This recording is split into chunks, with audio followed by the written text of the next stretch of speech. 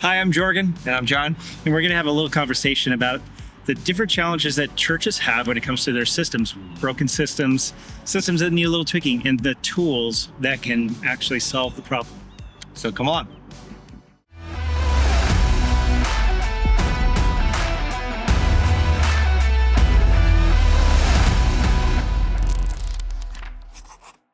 John, in your experience over the past 20 years in church ministry, what are some of the things that you have found churches struggle with when it comes to tools, but communication? Because that's what we do. We do communication, and we help churches build clear communication channels. That's right. For their congregations, help them build with growth, build growth through clarity.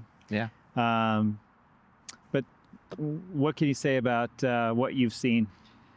Yeah, I think a big thing is that there have come out over the last 20 years a lot of really helpful tools for churches specifically that help them run their church smoothly. However, as churches dive into needing this software, needing that software, all of a sudden now they've accumulated half a dozen or more software pieces, elements that they want to use to help them run their church, only to find out that they've sort of created a wheel that now they have to jump on and keep that thing moving, because not all of them are connecting, right, and working together. Right. And so that's like duplicated efforts big time. And we found that like at least one or several dedicated staff members are needed to facilitate those pieces of software running smoothly, right? Mm-hmm. Someone needs to keep track of the new emails coming in, and is that it's going from their website, and then they got to connect it to their email platform, and are those connecting? It's got to go into a planning center, piece of software, so that they can make sure that they can get scheduled for weekends. So, it can quickly turn into a mess, yes, right? And so what ends up happening then is that churches just stop effectively communicating because they have too many things to manage. That's right. No, I feel that. I've seen it, in my own church, the churches we've served in over the years.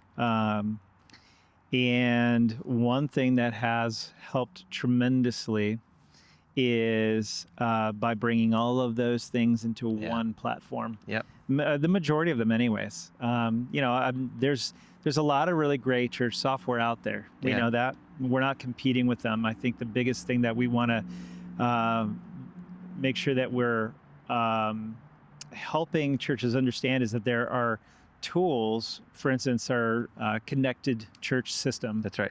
And it takes your email, it takes your social media, it takes your calendar events, your appointments, things that your team is inundated with, using multiple apps to manage everything.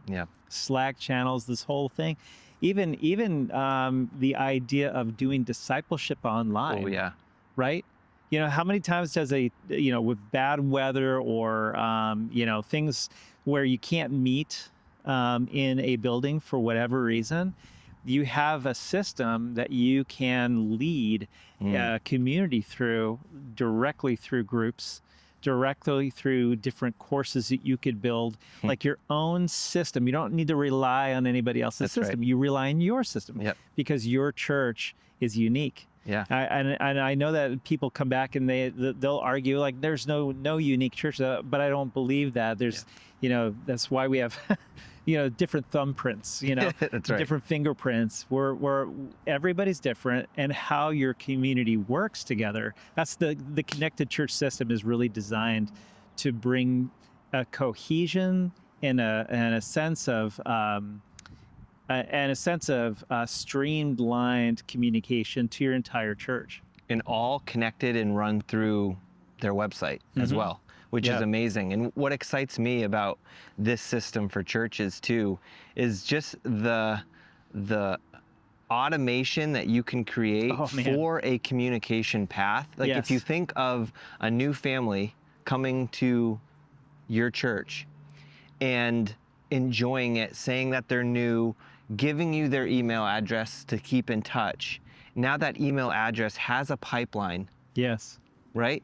And a workflow that it now triggers all these things to happen so that that guest feels cared for, they feel Yep. thought of, That's right. and they can much more easily and seamlessly be integrated into your church community. And it doesn't have to rely on a staff member checking every step of the way. Well, did this email get connected here, and did it make it through? Right. And all these different touch points now can be created, and this workflow can make the lives of the people communicating with this new person so much more simple. Absolutely. I have to say that as we've seen the technical landscape change so Yeah. dramatically Yep. in the past, let's just say 5 years, Yeah. 6 years, with COVID, being basically Yeah. uh, a launch into churches needing to have a much more structured. Yeah. Because Very true. think about it, like Very true. that blew up a lot of churches. A lot of Yes. churches closed during that period of time. Yep. And we as a community have actually adapted to the disruption, Yeah. right? Yep. And we need to find systems that allow us to stay connected Yeah. no matter what. That's right. That's right. I think just talking about automation is so critical for church infrastructure. Oh yeah. And we're not just talking about email. Right. that's like, Right. if that's your bar, That's tip of the iceberg, really. it really is. That's a low bar to set for automation. And most church teams don't understand email. That's right? true. Well, with this system, you have a bird's eye view of every single campaign, Wow. Yep. and how people interact with it, Yep. and the automations to lead people through a process Yeah. that it encourages connection. It encourages a sense of being so, like, this idea of feeling connected to a community. The worst thing you could do is ghost someone. Yes. If you can make sure that all of your communications Yeah. run through the best channel that works for your community, Yeah. boom. Yeah. And there's nothing wrong with having a church app, but do you know how many churches actually really use? Like, it's typically 10% of your church use the app. Wow. Wow. Yeah.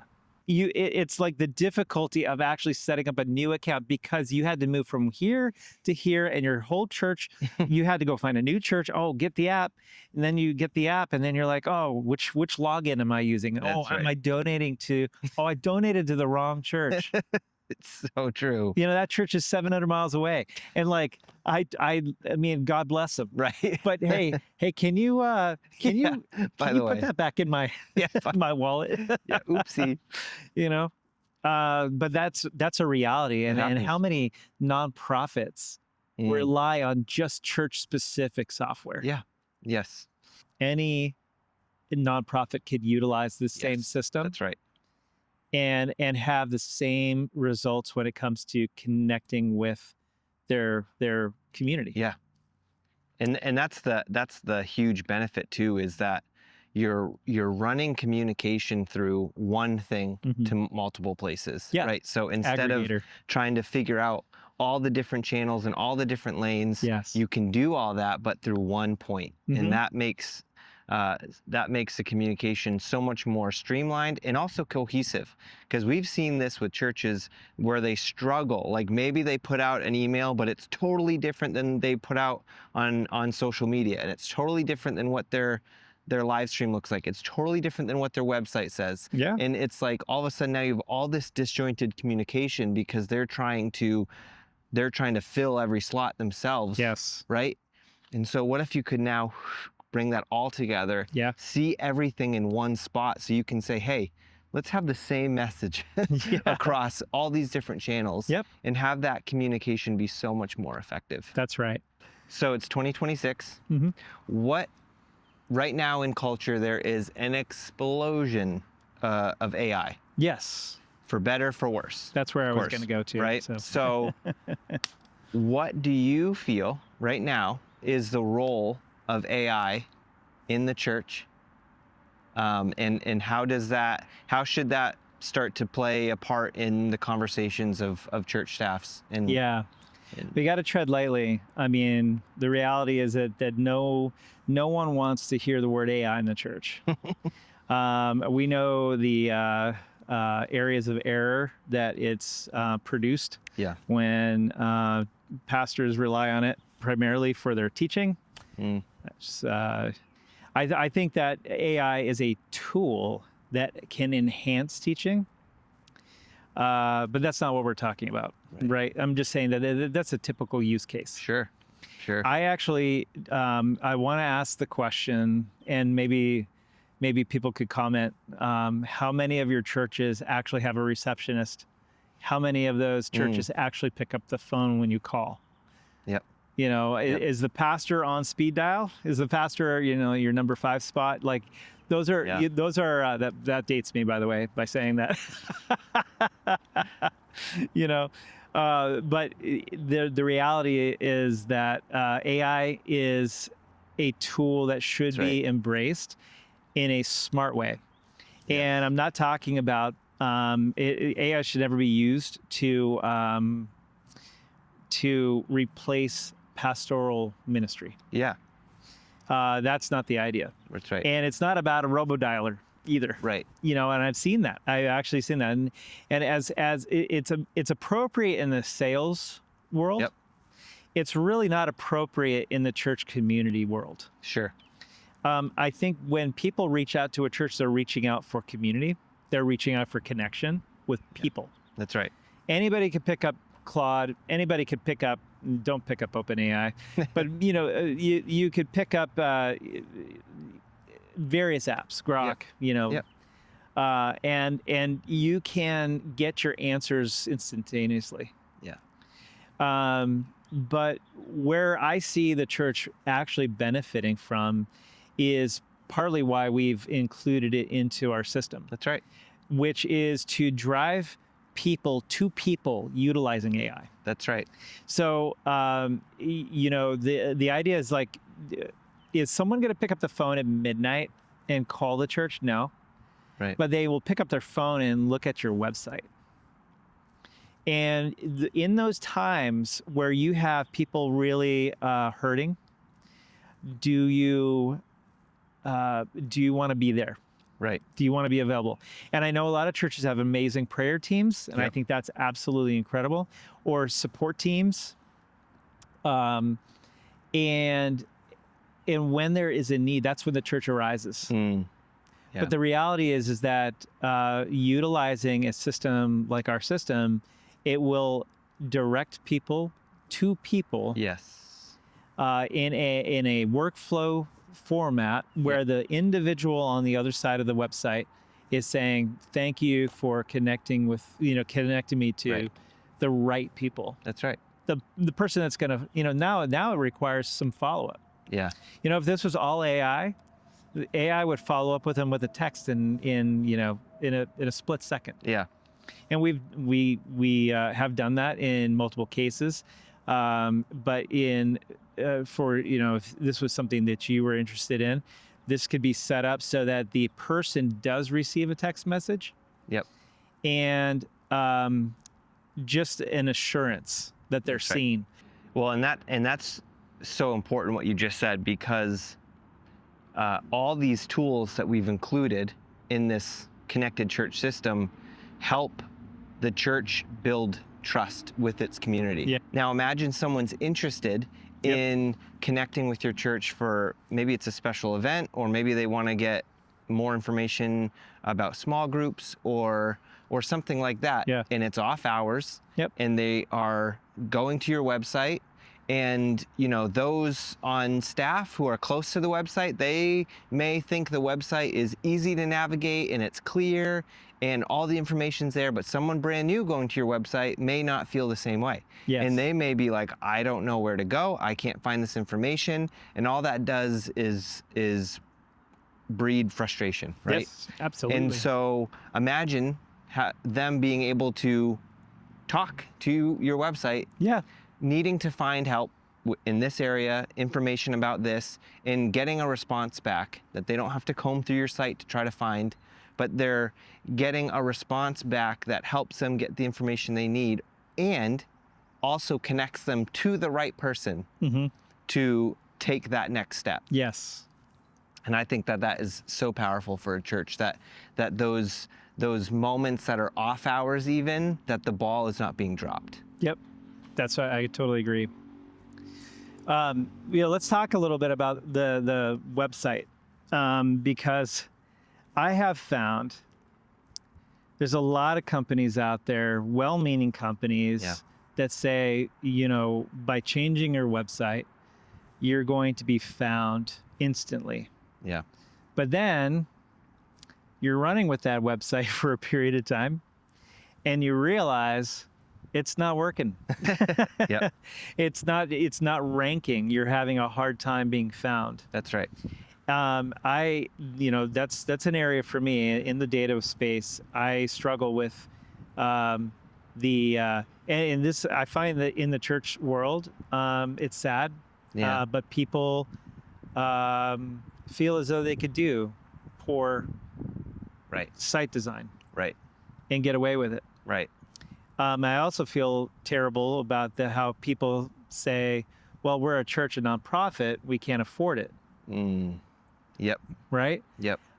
You have to ask the question, how important is your mission? Boom. There you go. If you don't invest in the architecture, the infrastructure for connecting people who are looking for Jesus, right, and looking for community to lead them and disciple them. And guys, the church only exists for discipleship. Absolutely. What are we doing if we're not doing that? And that's where I feel as though your website actually is a very significant part in how people find you and how people stay connected. Yes. A good website. So take into consideration the fact that, we've built multiple websites. Yeah. We were on church staff together for a while. Yep. And how often did we ever go back to our website after setting it up? Right. Even us, we never did. Right. Yep. And what we've learned through that is that if your church website is not living and breathing, which means being updated, which means producing new content and updating your main website. Yeah. Keeping things fresh. Right. Making sure your communication channels hit your website, not just your social media. That's right. And we're not talking about what's the latest sermon. Right. We set the bar really low. Right. That's right. We have to get beyond that, and we have to build community engagement points on the website. Yep. And the data, how people actually connect, is through how the algorithms work. Yeah. And understanding what Google's algorithm is, what Meta's algorithm is, then how your content on your website, your search engine optimization, how all of that functions together. Absolutely. And this is why we train churches and people within the church communication world. Right. How to take all of those tools. Yeah. And synchronize them. Well, your website, it's your church's digital front door, right? That's right. So if the front door to your church, the paint started to chip, it started to crack. Yes. If there were holes in your front door to your church, or the door was locked, Like, would those be things that you allow to happen, or would you address them immediately if that was the case for your actual front door to your church? Yeah. Of course, Yeah. right? Well, it's the same thing in the digital world with your website, right? Broken links, pages that don't load or load extremely slowly. Yep. All those things speak to who you are as a community, that Yeah. someone on the outside is looking and going, well, that door looks broken down, and I don't know if I can trust that community that's on the inside of it. Totally. Right? And Yeah. so the same care and thought can go into your website, because that's your digital front door. That's saying, hey, like, we put effort into this because we want it to reflect what's on the inside of the door, which Yes. is our church community, Yep. which, by the way, we're representing Christ, right? That's right. And so he deserves that effort to be put forth Right. in our church communities in person, and also in the digital space on our website. Absolutely. Absolutely. Yeah. Which actually leads me to a totally different topic, but it's succinct in this way. Yeah. That when you pass down the mission from generation to generation, think about all the training that has to go into the next Oh, man. gen. That's right. Well, and Yeah. that's a huge gap in the churches that I've been a part of and that I've worked with over the years too. Yeah. Is even that discipleship and training next step type of function that the church has. Yep. Right. And a lot of I think there's a lot of misses going on in the church, a lot of opportunities to have that really be developed Yep. more, Yeah. and seem more thought out, more prepared, more honoring to the volunteer, to that Yes. person that wants to take that next step, because something is set up for them, right? Yes. It's not just winging it and it changes every time. It's not just on one individual. Right. And I think there's a lot of tools that we've included in our system that help churches put together something that takes the load off of their shoulders. Yeah. So that they can always have something for that person that says, well, I want to go to the next. That's right. next place. Yeah. And here's a frustration part for a lot of churches, and a lot of leaders can attest to this, is that when you get your system set, it's usually geared around a single person That's right. that's professional in that area. Right. What we have tried to do with our system, the Connected Church system, is provide the tool sets and the infrastructure That's for right. training. That's right. Because you can train 50 people at one time, or Right. 150 people. There's no limit. Right. Right. Or you could train one-on-one and go through the same cycle over and over Right. and over, and frustrate your volunteers. That's right. You can train your team Yeah. in-house, because again, your body's unique. Yep. Your expression's unique. Yep. You got to work out the kinks, Yeah. and then you got to put it in a curriculum, Yes. and it's very easy to do Yep. within the system. That's right. Absolutely right. Because we've seen that in the business world when, Oh yeah. well, when the founder leaves a company, Yes. how often those companies either collapse, Yep. totally change, lose the momentum, all those things. Yep.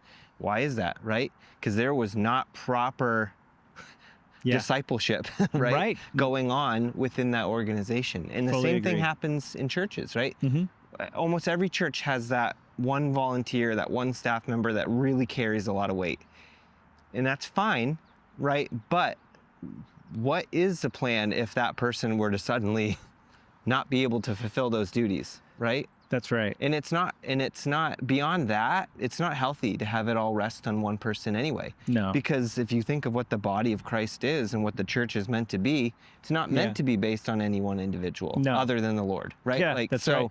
But not one human. So like, to have these systems be able to be built, it's a much healthier process. Yes. Yeah. Right. One of my favorite scholars, biblical scholars, Michael Heiser, he did a really great job building the infrastructure around him to continue, Mm, right? yeah, I've seen a lot of ministries just come to a dead halt That's right. when the main guy that's right. leaves. Yep. Yeah, And that's really sad. I think that, with Heiser's team, they're still rocking a podcast. They're still rocking an institution Yep. that does a really great job with communication. Yeah. Wow. And, he passed the baton on well. That's right. Well, I mean, how many churches have we worked with where we've helped them develop a clearer mission and vision? Yes. Why? Because of just that. Yeah. Right? Because without that clarity of vision and mission, it ends up resting on one person's shoulders, right? Sure and does. so if they ever leave for whatever reason, like all of a sudden people scratch their heads and go, well, now what?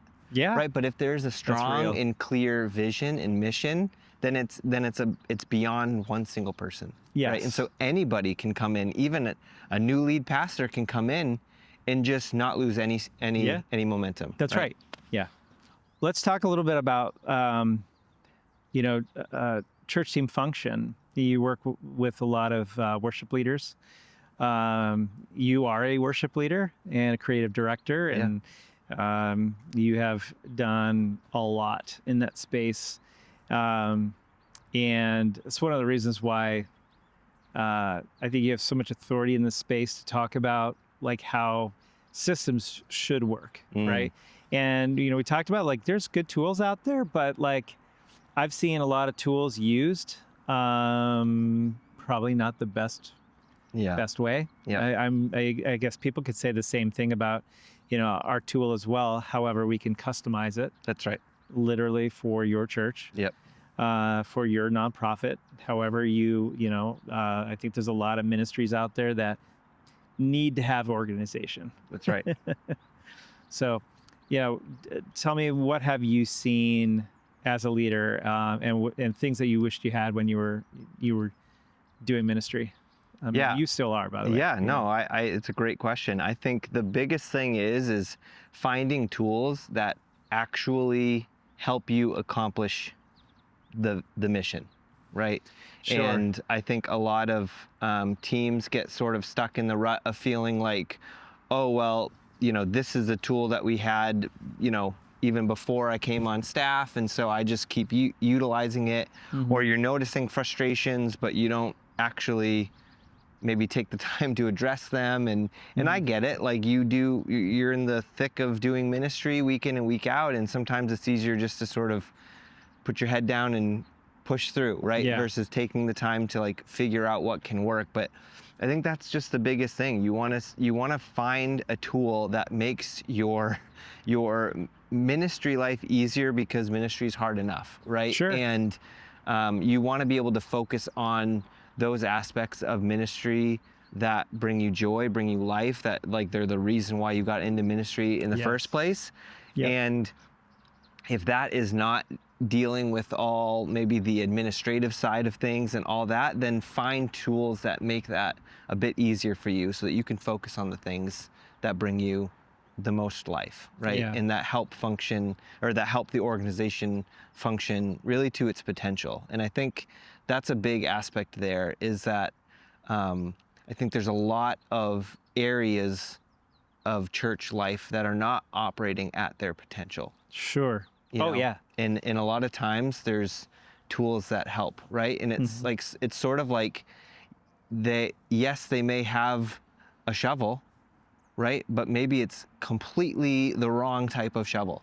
Right? Oh, yeah. So, and it's like, it's not just recognizing that you need sort of the broad tool to help you. It's knowing specifically which version of that tool do you need, and how to apply that in your situation. That's right.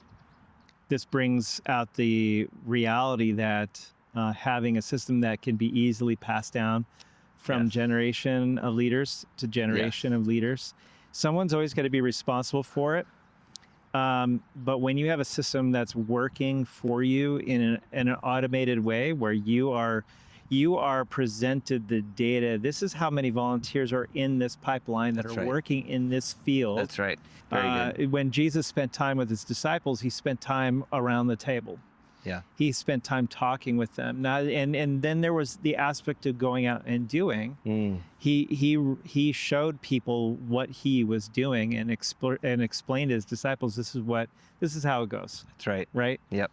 But then, he had an organizational way of sending them out, right? So true. He said 2 by 2, Yeah. don't bring anything, but, don't even, wherever you go, God's going to provide for you.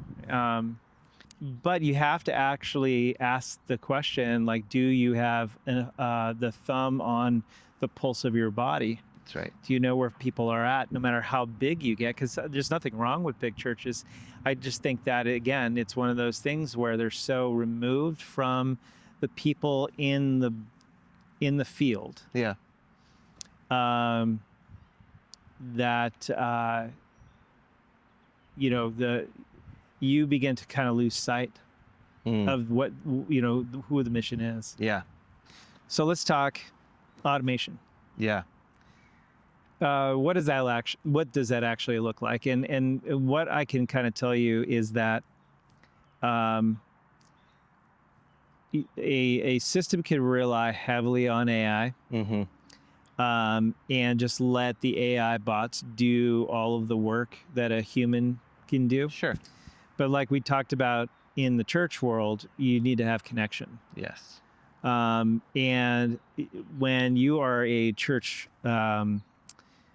member who takes pride in praying for people and connecting with new believers and inviting people in who swing by the church for the first time, Yeah. or they respond to a Facebook post, or they respond to TikTok or Instagram. Yeah. By the way, if churches are not on that, they need to be on all those platforms. Yeah. But I do think that it's really important to show connection and that you're transparent. Yep. With the connected church system, the automation is built on triggers, events and triggers. Yes. So someone responds to an email and that triggers a reaction to another workflow. That's right. Or a follow-up email or a text message, or basically these ways of saying, hey, we saw that you responded to this email, you clicked on a link, Yeah. you came to our website, you viewed the video that we wanted to show you. That's right. And then there's a response to say, hey, we're not just leaving it there. That's right. We actually care and want you to connect with us. Yeah.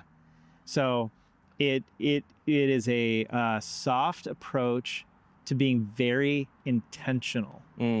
What I mean soft is like, we're not salespeople. That's right. That's right. The gospel could sell itself, Yes. but it does require us to speak the word. Yeah. And Share to it. show the gospel in action. That's right. Those who have ears, let them hear. The word hear means literally to do what Right. you're hearing. Right. Yep. Like you need to be that. Within the connected church system is that you can get it as precise as you want, down to some really wild details. Yeah. Yep. If they respond to a form and they say they have kids, well, then the next step is connecting them to the ministry for children. That's right. That's It's right. not just for you, mom or dad. Right. It's also for your kids. Yeah. Or they were going there for their kids, Yeah. right? As a lot of parents do. Yep. I want to bring them up to know about God, right? Yeah. And then all of a sudden, they're now seeing that there's a women's ministry. There's Bible studies at the coffee shop down the street. Yep. Oh, I didn't know that. For sure. I didn't know that was there. So again, when we talk about clarity in our mission, clarity in our communication and Yeah. our channels, I think that's what we have to get really, really good at: telling story and disseminating story in a different area. That's We right. need to make sure that we're pushing it out there, not in some random fashion, Right. but in a system that brings you back data. How is my story actually being heard? Yeah. Well, and a big question topic, I should say, that we get asked a lot about is just the idea of story in church. Well, what is Sure. that? What does that mean? We don't feel like we have a story. We're just this local community, whatever. And I could not stress enough the importance of seeing your mission as a community and seeing your vision that God has given you as a story. Yeah. Right? Because the gospel is a story. It's the is. greatest story ever told, right? And it's our job as churches to be the body of Christ, to live that out for people, right? To share that gospel. And so churches need to start seeing themselves as like a piece of narrative, right? That's being sort of played out in real life to the community that God's placed them in. Yeah. And we've developed a tool called a story thread to help churches in that process. That's right. Of developing a mission and a vision, but in a way that is a story that people can say, wow, I can identify with that. That feels like a community that I want to be a part of. And it feels like a community that's going somewhere, and I can jump on board with that and get behind that. And so, you know, for the churches that are looking to gain that clarity, and, you know, maybe a new leader has come in and you're like, hey, this is a good time to look at this stuff. Or you just know, hey, it's time, we need a refresh. We've been feeling like we've been spinning our wheels, or there's some confusion. Another good way to tell if it's time to go through this process is if you asked 10, 15 people in your congregation, hey, who are we? Yeah. What would you say our church is? If you get 10 or 15 different answers, you know that there's some opportunity for clarity in your church's story, because you would hope and want that almost everybody can repeat who you are and what you do for your community in the same way. And to that, churches with extremely long missions, you've lost your congregation. Yeah. They need to be short. And they got to be 3 words. It needs to be short and punchy, 100%. And that's where really the story thread product that we have really helps them, because it does get that down, right? You may want to start with a paragraph, but ultimately it needs to get down to a line or two. Yeah, exactly. If someone can't remember it, then how can they live it, right? And so that's an important aspect that can really be foundational to this whole process. And even a lot of our other tools and this connected church system, you can start with story. You start with your vision and your mission, and then that gets planted and then gets spread throughout every aspect of your community. Well, like what is that phrase that your church repeats that's not cliche, that hasn't been used 2,000 times by other churches? You mean love God, love people isn't good enough anymore? Oh my gosh, no. That is such a good point, by the way, is God made your community distinct and unique, and it's your slice of the gospel pie. And for you to be like, no, I want to copy Elevation, I want to copy Hillsong, I want to do what the big church down the street is doing, that's not honoring who God has called you to be. Yes. And honestly, every church community, that should relieve so much pressure off your shoulders to just fully agree, be someone you're not, you know? And so that's such a good point. Don't look down the street to help define who you are. God has given you something special, and our story thread tool can really, that whole process is so fun, because it is fun to see organizations come out the other side and go, oh my gosh, that's who we are. Like, that really resonates with who we are. That's such a fulfilling process on our end to help churches discover that. But then they can walk away with going, this is our nugget, right? That's right. And our community can adopt that, can run with it. Yep. And so, it's okay to not be the church down the street. Don't do it. Totally agree. If a church does nothing right now, no adoption of new tools, you know, we've talked about this system, connected church system, that brings all these tools and software systems under one roof. What, to a church that says that's great but doesn't change anything, what happens to that church? Honestly, they just get stuck. They don't grow. Their growth is accidental or church transfer. Because they exist. Yep. There's nothing special about them, right? Wow. And it's just a new venue for Christians. Wow, they exist but they don't grow. That's That's huge. Mm-hmm. You know, you bring up a good point too, because I was recently talking to a church administrator, kind of operations person, Yeah. and it was their role to be the one overseeing all these different software systems. Yeah. And I could see and heard stories of just the frustration and the time that it took, different login, all the, you know, all this stuff, going from this system, opening up a new tab, going to this one, logging in, this one, logging in, this one, and just trying to get them all to talk to each other, to play nice with each other. And just that the hassle and the time out of this person's week that it took to Yeah. manage all these different systems. Yes. So now that's just one person. So what can you speak to some of the other benefits or time savings that Oh, a yeah. church staff can have by bringing everything under one roof and using one Sure. system that, by the way, will scale with the growth of the church? Definitely. Well, for the first thing I could think of is, working with a nonprofit parachurch organization in Manchester. We have seen how their systems are so fragile Yes. that when it comes to time saving, like what the efficiency that you have. So you're not just someone that has a mission Yeah. to serve the community, but you also have this family that you need to course. take care of. Yes. You've got a husband, or you've got your wife, and you've got your kids that you got to pay attention to, and you feel like you're just juggling. Yeah. So the great thing about the connected church system is that you see that the automations for volunteer systems Oh man. allow you to be able to have a thumb on the pulse of your ministry. That's right. So there's these ideas of like different triggers Yeah. that take place Yep. in a particular role. So when you can see that there's a kink in the system, you can address it right away.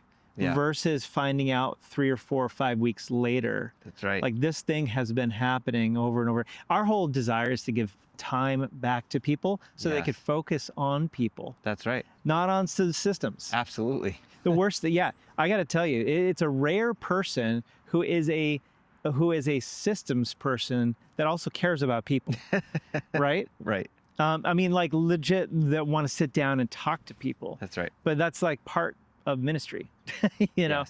is that Yeah. aspect of taking time to get to know the people that are serving with you or the people that you're serving directly. And with the connected church system, you have different systems that are in place to work for you, taking that time and giving it back to you. For instance, Yep. automated emails, automated check-in systems, FBI background checks, Yes. documentation for like, this is what we believe. Yep. Do you believe this? Are you saying yes? Yeah. Forms, curriculums, and classes. Yeah.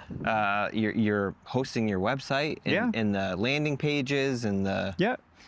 all the How many churches still have like a membership book that they actually have to sign their Right. name in? right. You could do all of that Yes. through this system. Yep. So And it's not for the sake of replacing people. No. It's for the sake of actually freeing people to do what God has called them to do. totally. And Yeah. that, to me, that's amazing. You're going to start to see your team members flourish Yeah. because they're not bogged down by Yes. system having to manage systems. Yes. Right? That's right. And that's such a blessing to your staff, people Mhm. in ministry, that they get to be a part of something that, oh my goodness, the heavy lifting is not on this side of the coin. Yes. And Yeah. that's really what Well- people want. That's right. And think about it like this too. I know that a lot of churches have different types of committees and boards Sure. and councils and all of that. Yep. And rather than having to host pointless meetings, come on now. Come on. I'm preaching to myself here. I feel the spirit rising up when I say this. Like, meet for dinner together. Yeah. But when you have a system that's giving you the data that you as a board member can actually process on your own time instead of wasting 2 or 3 hours in a meeting on a weekend that you have very little time to give, this is great. This is called efficiency. This is called, this is how it should be. So it does help with the entire organization, not just volunteer level. We're talking tier after tier after tier, ministry after ministry after ministry, training system, discipleship, child check-in services. That's another thing that we won't talk about right now. But, these systems can all be built into built into the Connected Church system. Yeah. By the way, if you are interested in learning more about the Connected Church system, you could go to our website, storythreadmedia.com, and you can find the videos that speak about how this system can work for your church and how it can empower your leaders. I'm speaking to leaders. I know that you care about your leaders, and the best way to grow your church is by caring for your leaders. And so this is the type of tool set that your leaders are going, oh my gosh, I wish I had this. And no more of this, like, are they going to show up on Sunday? Right. Right. Right? Yep. The biggest issue with some of these apps is a lack of connection. Yes. Okay. Yes. We know it. We had it. Yep. We had, Planning Center. I love it. There's nothing wrong with it. Absolutely nothing wrong with Planning Center. But every single ministry leader knows, are they going to be there? Right. They said they are, but are they going to be there? This produces relationship. Yeah. It fosters relationship and connection and allows your team members to be able to care about the ministry as a whole instead of feeling like they're just filling a hole. Amen.